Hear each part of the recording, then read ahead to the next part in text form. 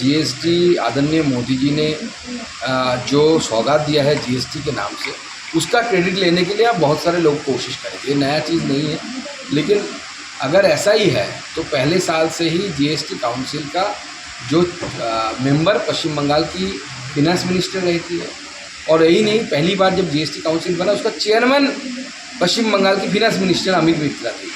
तो अब तक जो जीएसटी चला आ रहा था, किसी पे 18%, किसी पे 12% या 28%, किसी पे 5%, ये उनके ही अध्यक्षता में ये प्रपोजल सैंक्शन हुआ था। तो टीएमसी यहाँ से मुंह अपना पल्ला झाड़ नहीं सकते। अब क्रेडिट लेने की कोशिश हो रही है। Credit goes to Narendra Modi ji. देश की जनता जानती है नरेंद्र मोदी जी ने LIC से लेकर जीवन बीमाओं पे ये इसके साथ साथ पेंसिल, पेन, पढ़ाई से जुड़े हुए कॉपी, सबके ऊपर ज़ीरो जीएसटी लाने का काम आदरणीय नरेंद्र मोदी जी ने किया है। कांग्रेस के ज़माने में आज ये लोग बड़े बड़े बात कर रहे हैं।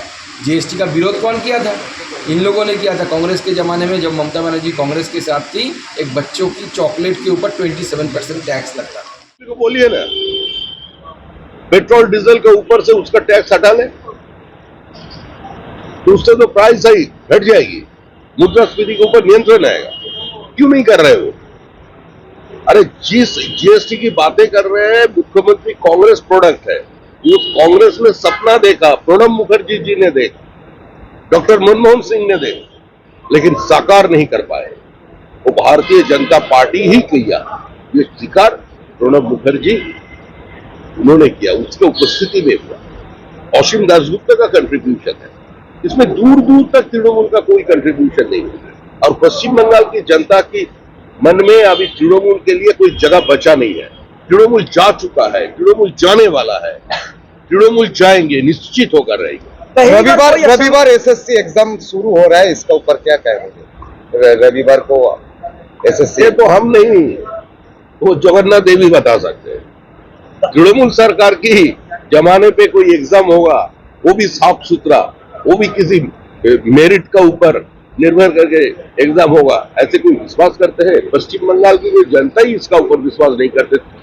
वो तो बहुत दूर का बात है, जनता तृणमूल कांग्रेस भी विश्वास नहीं करता ऐसा हो सकता है। दादा, पहली बार किसी राज्य में असेंबली में मोदी को चोर और अमित शाह को चोर कहा है मुख्यमंत्री जी। किसी राज्य में ये नहीं हुआ एक ये बंगाल सबसे आगे है ना, तो देख लिया मुख्यमंत्री, पूरा पार्टी को चोर बोल रहे हैं पश्चिम बंगाल की जनता।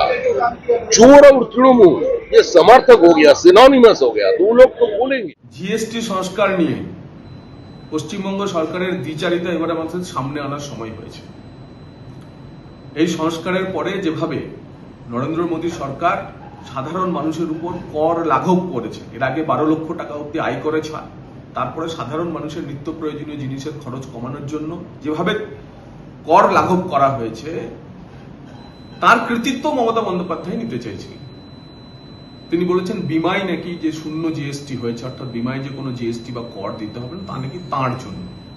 কিন্তু আসলে জিএসটি কাউন্সিলের বৈঠকে সাধারণ মানুষের এই কর কমানোর যে প্রক্রিয়া চলছিল, তাতে সবচেয়ে বড় অন্তরায় ছিল মমতা বন্দ্যোপাধ্যায়ের তৃণমূল কংগ্রেস। তারা এই প্রস্তাব পাশ করানোর বিরোধিতা করছিল বারবার। তাদের বক্তব্য ছিল যে আমরা এই প্রস্তাব পাশ করতে দেব না। কেন? তাদের নাকি যে রাজস্ব কম হচ্ছে, যে রাজস্ব হ্রাস হবে, কমে যাবে যেটা, সেটা নাকি কেন্দ্রকে পুষিয়ে দিতে হবে। এবং শেষ পর্যন্ত কেন্দ্রের অর্থমন্ত্রী নির্মলা সীতারামন পশ্চিমবঙ্গের যারা প্রতিনিধি ছিলেন তাদেরকে বলেন যে আমরা চাই সর্বসম্মতভাবে জিএসটি কাউন্সিলে মানুষের কর লাঘব করার এই প্রক্রিয়া সম্পন্ন হোক, কিন্তু আপনারা যদি বিরোধিতা করবেন তাহলে আসুন ভোটে। এই ভোট জোগাড় করার জন্য এই পশ্চিমবঙ্গের পক্ষে কমপক্ষে 11টি রাজ্যকে আসা প্রয়োজন ছিল, কিন্তু পশ্চিমবঙ্গের পাশে ওই ইন্ডিজোটের রাজ্যগুলিও দাঁড়াতে চায়নি। ফলে নির্মলা সীতারামন যখন ভোটের হুমকি দেয় যে আমরা ভোটে যাব, কিন্তু তবুও কর আমরা কমাবই। বাংলা খবর, আপনার রাজনীতি, আপনার আওয়াজ।